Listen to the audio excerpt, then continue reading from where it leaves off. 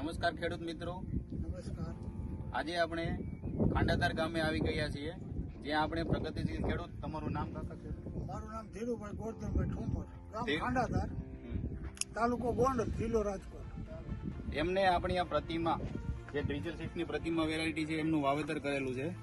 તો આજે આપણે અહીંયા ફાર્મર ડે, ફિલ્ડ ડે રાખેલો છે. તો આપણે કાકાને ખુદ પૂછીએ કે તેમને આ વેરાયટી વાવી છે તો કેવી લાગી એમને, શું બીજી કરતા વેરાયટી કરતા આમાં શું અલગ છે, શું તેમને ફાયદા જોવા મળ્યા છે કે જે બીજા ખેડૂત એને વાવી શકે. તો કાકા, આ વેરાયટી તમે ક્યારે વાવેલી હતી? આ વેરાયટી મે મહિનાની આજુબાજુ આવે. મહિનામાં વાવેલી છે, બરોબર. અને આમાંથી તમે પેલા કેટલી વીણી ઉતારેલી છે? એક વીણી ઉતારી છે, દાંત ફાડી જેવું નીકળ્યું છે. 10 વારી જેવું છે, બરોબર.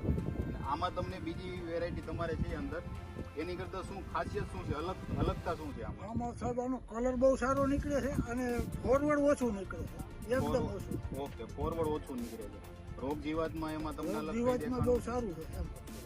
હા, જે વાયરસ વાળા છોડવા છે તે આમાં કેટલા દેખાય તમને આમાં તમારા અત્યારે તો 1% નથી દેખાતો સાહેબ. ખેતરમાં? બરોબર. આમાં તમને ફ્રૂટ જે આ દેખાય છે, ફ્રૂટની ક્વોલિટી તમને કેવી લાગી? બહુ સારી છે સાહેબ, ફૂટની ક્વોલિટી મારે એવી જ છે સાહેબ.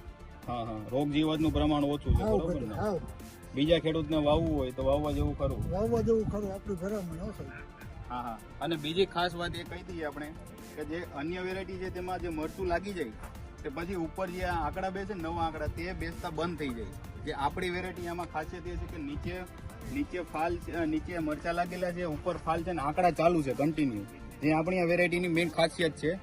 અને આ જે વરસાદમાં ઘણી વેરાયટી, ઘણી અન્ય વેરાયટી જે ખરાબ થઈ ગઈ છે, છતાં આપણું લીલુંછમ ઊભું છે, જે આ કાકાની મહેનત છે.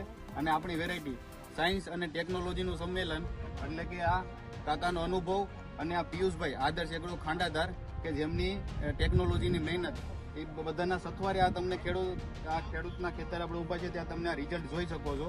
હવે આપણે પિયુષભાઈ, તમારું શું કેવું છે આ વેરાયટી વિશે?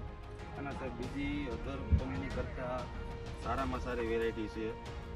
આનું મરચું લાંબુ થાય છે અને બીજા નંબરમાં કે મરચું પ્લેટ સુધી ડોકા સુધી લાગે છે, એટલે 2 થી 3 વીણી વીણો તોય મરચું લાંબુ જ આવે છે.